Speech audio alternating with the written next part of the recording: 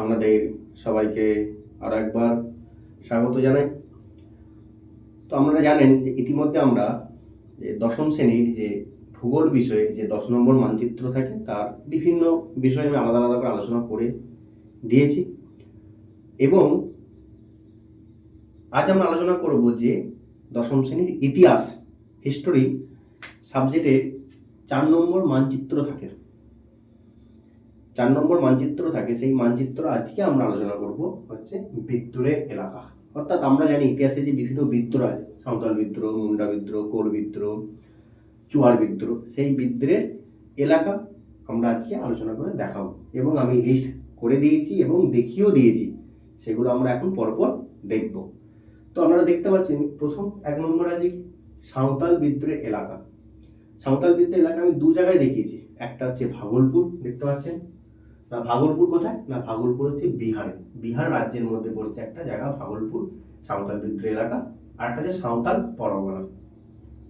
2 নম্বর হচ্ছে মুন্ডা বিদ্রোহ এলাকা, না রাঁচি, ঝাড়খণ্ডের রাঁচি হচ্ছে কি মুন্ডা বিদ্রোহের এলাকা। 3 নম্বর আছে চুয়ার বিদ্রোহ এলাকা। চুয়ার বিদ্রোহ এলাকা কি মানে হচ্ছে মেদিনীপুর, মেদিনীপুর হচ্ছে চুয়ার বিদ্রোহ এলাকা।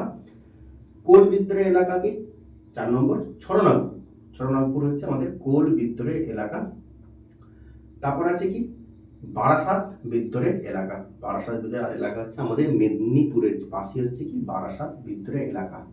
অর্থাৎ এই যে বিদ্রোহের এলাকা পরীক্ষায় দেয়, এভাবেই দেয় যে সাঁওতাল বিদ্রোহের এলাকা, কোল বিদ্রোহের এলাকা, মুন্ডা বিদ্রোহের এলাকা, এরকম দেয়। সেটা আমাদেরকে হচ্ছে মানচিত্রে দেখাতে হবে। তাহলে কি বললাম? সাঁওতাল বিদ্রোহ এলাকা দুটো দেখেছি, ভাগলপুর, সাঁওতাল পরগনা। মুন্ডা বিদ্রোহ এলাকা দেখিয়েছি, চুয়ার বিদ্রোহ এলাকা আছে মেদিনীপুর, কোল বিদ্রোহ এলাকা ছড়নাগপুর, এবং বারাসাত বিদ্রোহের এলাকা।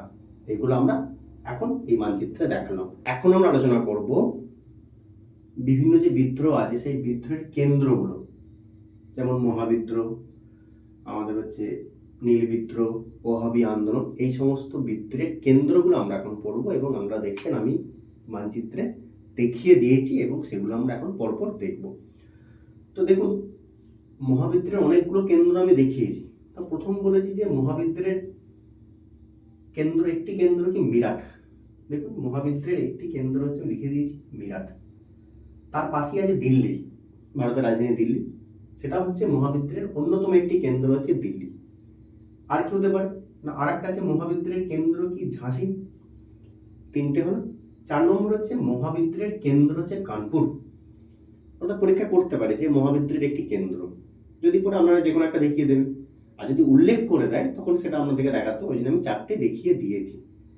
মহাবিদ্রোহের কেন্দ্র মিরাট, দিল্লি, ঝাঁসি ও কানপুর, এই 4টে আমি দেখিয়ে দিয়েছি মানচিত্রে, এবং পরীক্ষায় যে কোনো উল্লেখ থাকতে পারে বা একটা বলতে পারে যে কেন্দ্রের নাম নেব। তারপরে দেখুন, নীল বিদ্রোহের কেন্দ্র হচ্ছে 2টো দেখিয়েছি। একটা হচ্ছে নীল বিদ্রোহের কেন্দ্র এখন বাংলাদেশের, দেখুন যশোর। আর একটা নীল বিদ্রোহের কেন্দ্র হচ্ছে নদিয়া, আমাদের পশ্চিমবঙ্গের। তাহলে একটা যশোর আর একটা হচ্ছে নদিয়া। এবং আর একটা যে কি বাংলায় ওয়াহাবি আন্দোলনের কেন্দ্র, ওয়াহাবি আন্দোলনের কেন্দ্র হচ্ছে বারাসাত। তাহলে এই হচ্ছে যে কয়েকটা বিদ্রোহের কেন্দ্রগুলো আমরা মানচিত্রে দেখালাম। আপনারা ভালো করে বিদ্রোহের এলাকা এবং বিদ্রোহের কেন্দ্রগুলো ভালো করে প্র্যাকটিস করুন, এবং আশা করছি আপনারা পরীক্ষায় করতে পারবেন।